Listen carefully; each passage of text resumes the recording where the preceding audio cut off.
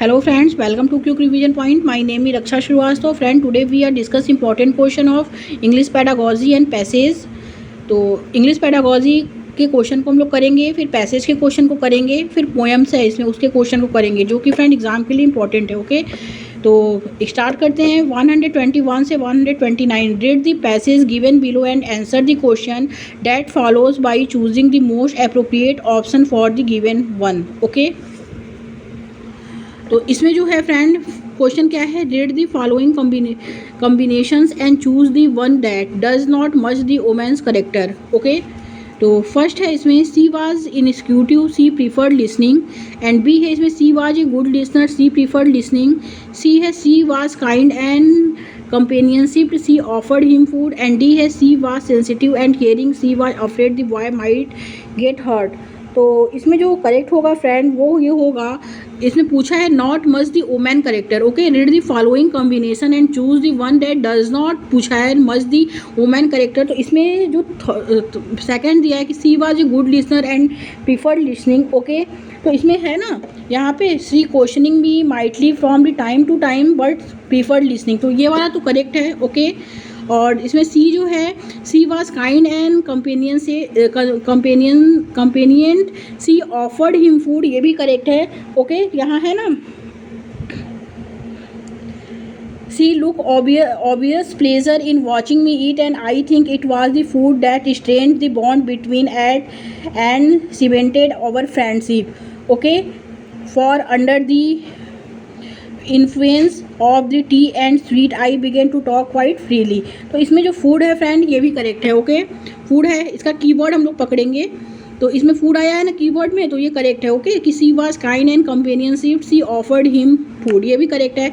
And D है कि she was sensitive and caring, she was afraid the boy might get hurt. Okay, तो ये भी correct है। तो इसमें फ्रेंड जो है कि बी, सी और डी करेक्ट है, but she was inquisitive, she preferred listening. इसका जो मतलब होता है, इसका मतलब होता है कि वह जिज्ञासु थी, वह सुनना पसंद करती थी। ओके, ये करेक्ट नहीं है इसमें। ओके, ये रॉन्ग है, ये डज नॉट मस्ट, तो ये इसमें राइट हो जाएगा, ए ऑप्शन इसमें करेक्ट हो जाएगा। ओके, नेक्स्ट क्वेश्चन देखेंगे friend, what probably strength the bond between the author and the women. तो ए है सीकिंग कंपनी, बी है लोनलीनेस, सी है फूड, एंड डी है love for talking to strange. तो इसमें जो है प्रॉबरली स्ट्रेंथ, इसका कीवर्ड क्या है फ्रेंड, इसका कीवर्ड जो है वो है स्ट्रेंथ। ओके, तो अब कीवर्ड पकड़े, कीवर्ड के अकॉर्डिंग हम लोग आंसर देखेंगे पैसेज में, जहाँ तो क्योंकि इतना लंबा पैसेज रहता है कि एग्ज़ाम में डायरेक्ट आंसर से, क्वेश्चन से आंसर हम लोग पैसेज में ढूंढेंगे तो ज़्यादा आसानी रहता है। ओके, तो what probably strength the bond between the author and the women, तो स्ट्रेंथ दिया है, तो इसमें है ना यहाँ पे she took obvious pleasure in watching me eat and I think it was the food that strengths. Okay, the bond between at the cemented our friendship, तो यहाँ फूड दिया है ना, तो ऑप्शन में है ना फूड, कि ए है इसमें सीकिंग कंपनी, बी है लोनलीनेस, सी है फूड, एंड डी है love for talking to stranger, तो राइट आंसर सी हो जाएगा, फूड। ओके, आगे देखते हैं। नेक्स्ट क्वेश्चन है कि how did the author respond to women behaviour. तो ए है इसमें फ्रीली, एंड सेकंड बी है इसमें सस्पेंसली, एंड सी है क्यूटियसली, एंड डी है हेस्टेंटली। तो वुमेन का जो बिहेवियर था वो कैसा था। ओके, तो इसमें है कि I began to talk quite freely. Okay, तो राइट आंसर जो होगा फ्रेंड ए हो जाएगा इसमें, फ्रीली। ओके, नेक्स्ट क्वेश्चन देखेंगे, read the following statement and find the incorrect statement. इसमें कौन सा करेक्ट स्टेटमेंट जो है वो इनकरेक्ट है। तो फर्स्ट क्या है, the boy was at a safe distance from the engine, तो ये करेक्ट है। बी है the women clutches the author arms, ये भी करेक्ट है। सी है the women smiled at author reassuringly, ये भी करेक्ट है। But the author caught her finger to climb the stairs, ये गलत है, ये इसमें नहीं दिया है। ओके, तो ये जो है ये इनकरेक्ट है, तो इसमें करेक्ट आंसर डी हो जाएगा फ्रेंड्स। नेक्स्ट क्वेश्चन देखेंगे, I saw spasm of pain and fear and sadness pass across her face. This implies that the woman A was very weak at heart, B had been through a similar experience, C was very sensitive and touchy, and D was very lovely and caring. तो इसमें जो right answer हो जाएगा friend वो होगा इसमें यहाँ दिया है कि I saw spasm of pain and fear and sadness pass across her face. This implies that the woman had been through a similar experience. Okay, similar experience दिया. राइट आंसर जो होगा फ्रेंड वो हो जाएगा यहाँ बी. आगे देखते हैं नेक्स्ट क्वेश्चन क्या है फ्रेंड कि she smile at me reassuringly and took my hand again but her finger trembled against mine. A है इसमें the women was undergoing a conflict of emotion, read the following statement and selected the more suitable explanation for the same. A है the woman was relieved for the boy but was still scared. B है the woman was shallow and did not have depth in her emotion. C है the woman wanted to comfort the author but was petrified for the boy. And D है the woman was completely confused. तो C smiled at me reasonably and took my hand again but her finger trembled against mine. The woman was undergoing a conflict of emotion, read the following statement and selected the most suitable explanation for the same. तो यहाँ दिया है कि the woman wanted to comfort दिया है ना, तो the woman यहाँ दिया है इस ऑप्शन में कि woman wanted to comfort. तो इसमें है कि the woman was relieved for the boy but was still scared. B है the woman was shallow and did not have depth in her emotion. C है the woman wanted to comfort the author but was petrified for the boy. And D है the woman was completely confused. तो right answer C हो जाएगा friend. the woman wanted to comfort the author but was petrified for the boy. Right answer is C. आगे देखते हैं friend next question क्या है. Next question है इसमें कि identify the part of speech in the underline part of the following sentence. She took obvious pleasure in watching me eat. जो underline part of the following sentence वो कौन सा है. ए है पार्टिसिपल है, जिरंड है, नाउन है, एडवर्ब है. तो ये पार्टिसिपल है. Okay, right answer is A हो जाएगा इसमें. नेक्स्ट क्वेश्चन देखेंगे which of the following words in para 4 means the same as flinched. तो फ्लिंचेड मीन्स क्या होता है. फ्लिंचेड मीन्स होता है हिलता हुआ. ओके, फ्लिंचेड मीन्स जो होता है वो क्या होता है बच कर जाना. ओके, और तो इसका क्या होगा. इसका होगा ए है ट्रम्बल्ड, बी है विंसेड, सी है रिलैक्स्ड एंड डी है स्माइल्ड. तो इसका जो होगा इसका हो जाएगा फ्रेंड विंसेड. विंसेड मीन्स होता है चौंक उठना. ओके, तो करेक्ट आंसर बी हो जाएगा इसमें. नेक्स्ट क्वेश्चन देखेंगे which of the following words is opposite in meaning to the word trembles as use in para 4 of the passage. A है क्वेवर, बी है थ्रॉब, सी है jitter and D है steady. तो इसमें right answer जो होगा friend हो जाएगा कि ट्रम्बल जो होता है वो हिलता हुआ होता है और स्टेडी जो होता है नियमित होता है. ओके, तो करेक्ट आंसर इसमें डी हो जाएगा. आगे देखेंगे.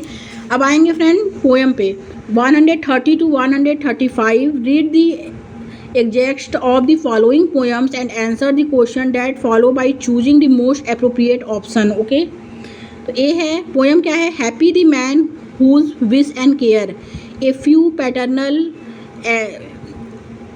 paternal access bond content to breathe his native air his own ground, whose herd with milk, whose filled with bread, whose flocks supply him with attire, whose trees in summer yard him shade, in winter fire, sound sleep by night, study and easy, together mixed sweet recreation and innocence which most does please me with meditation. Thus let me live unseen unknown, thus unlamented let me die, steal from the wood and not a stone, tell me where I lie. तो इसमें जो question है friend, अब question पे आते हैं कि which of the following words appropriately reflected the feel of the poem. A है स्क्रीन एंड बी है सॉम्ब्रे, सी है डिस्मल एंड डी है ऑस्टर. तो which of the following word appropriate reflect the following poem of the following poem क्या है इसमें कि happy the man whose wish and care, okay. A few paternal axes bound, content to breathe his native air in his own ground, whose herd with milk, whose filled with bread, whose flocks supply him with attire, whose trees in summer yield him shade, in winter fire, and sound sleep by night steady and easy. And together mix sweet recreation and innocence, which most does please with meditation. Thus let me live unseen known, and thus unlimited let me die, steal from the wood and not a stone, tell me where I lie. तो इसका हो जाएगा screen, okay. A option इसमें right हो जाएगा। Next question देखेंगे, according to the poem which of the following is not coveted by the man. तो A है साउंड स्लीप, बी है एक्लेमिनेशन, सी है paternal area access, and D है fresh air. तो इसमें जो दिया है not coveted by the man, तो कवर्टेड बाय द मैन जो है वो है इसमें एक्सक्लेमिनेशन है, ओके।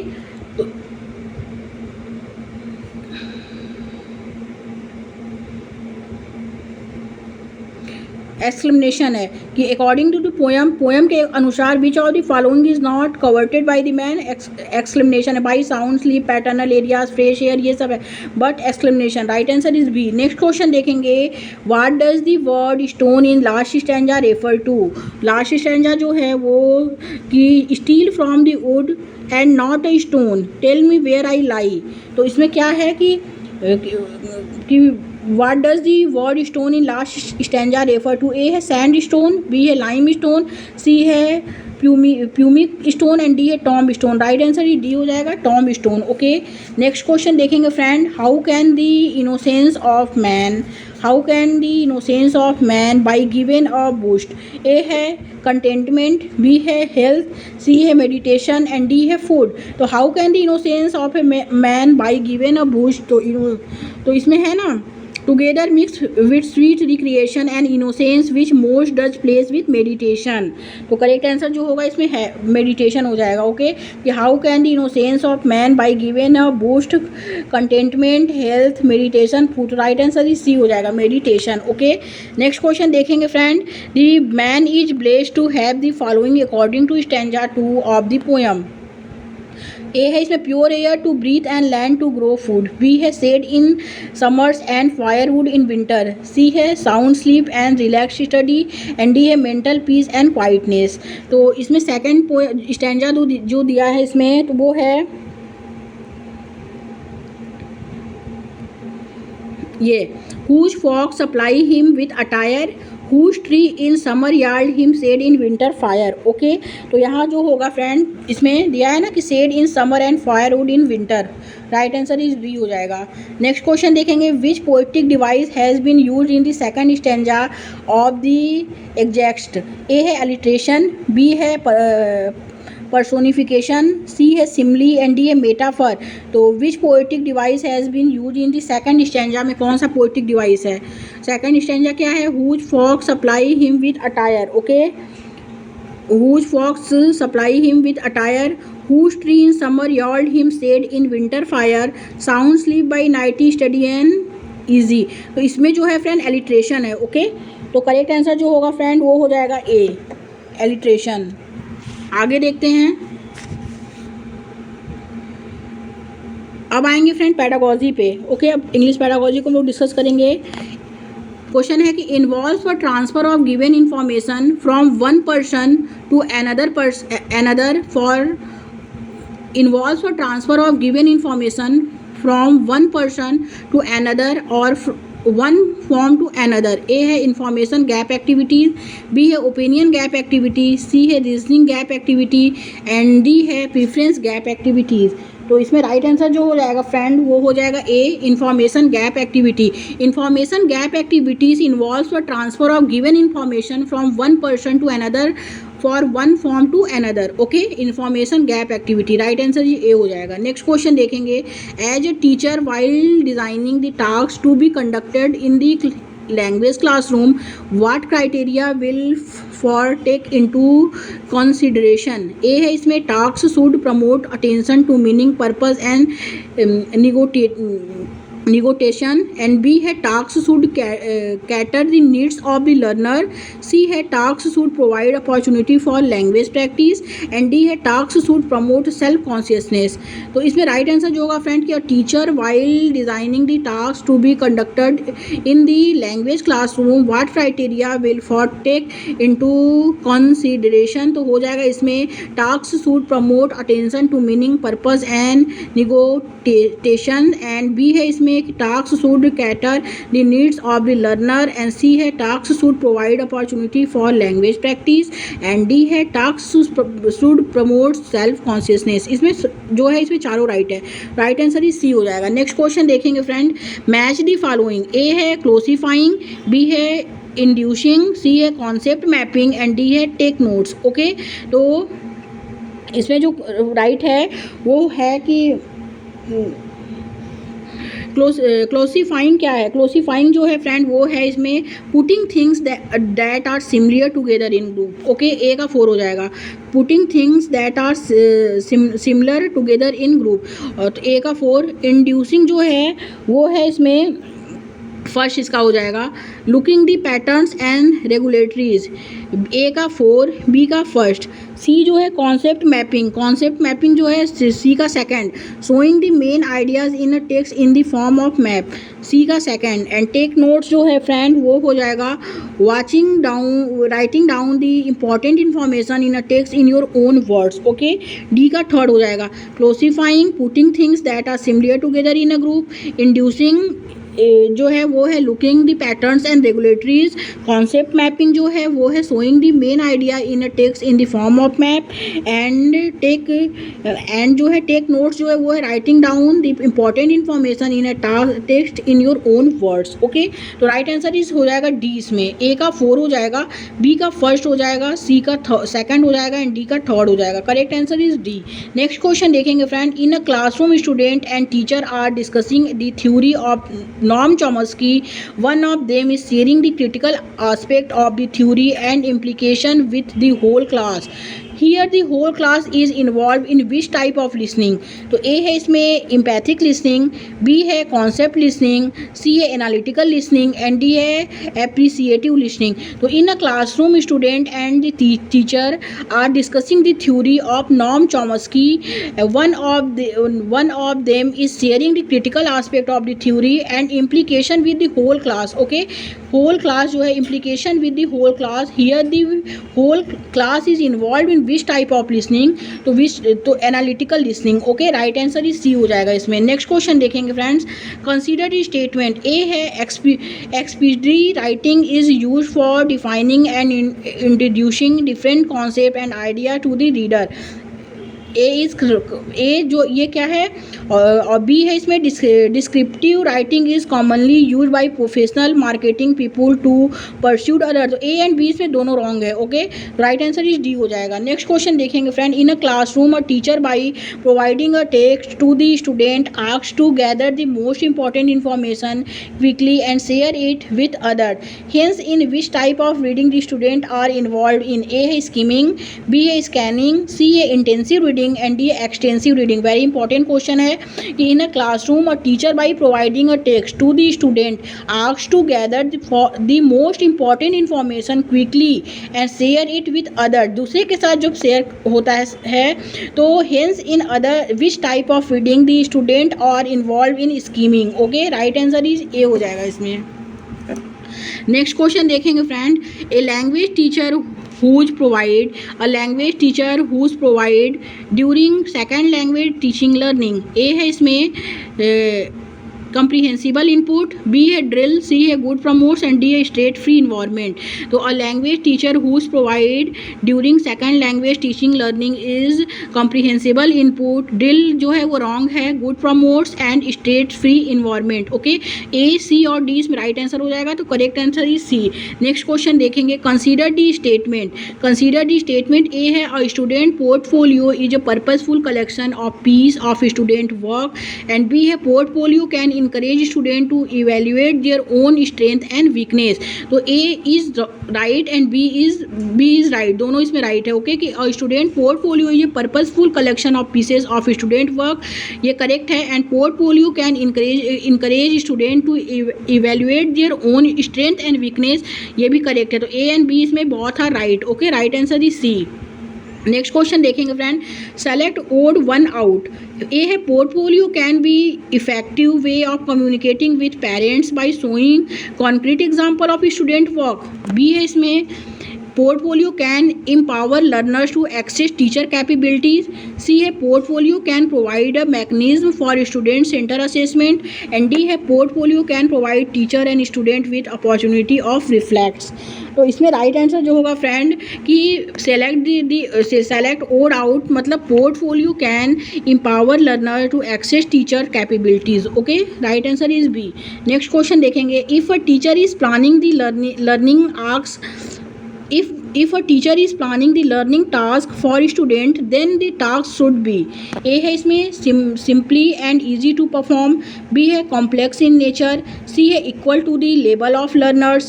And D है slightly higher than the level of learners. तो if a teacher is planning the learning task for a student, then the task should be, तो then the task should be, तो is slightly higher than the level of learner. Okay, तो right answer is D. Next question देखेंगे friend.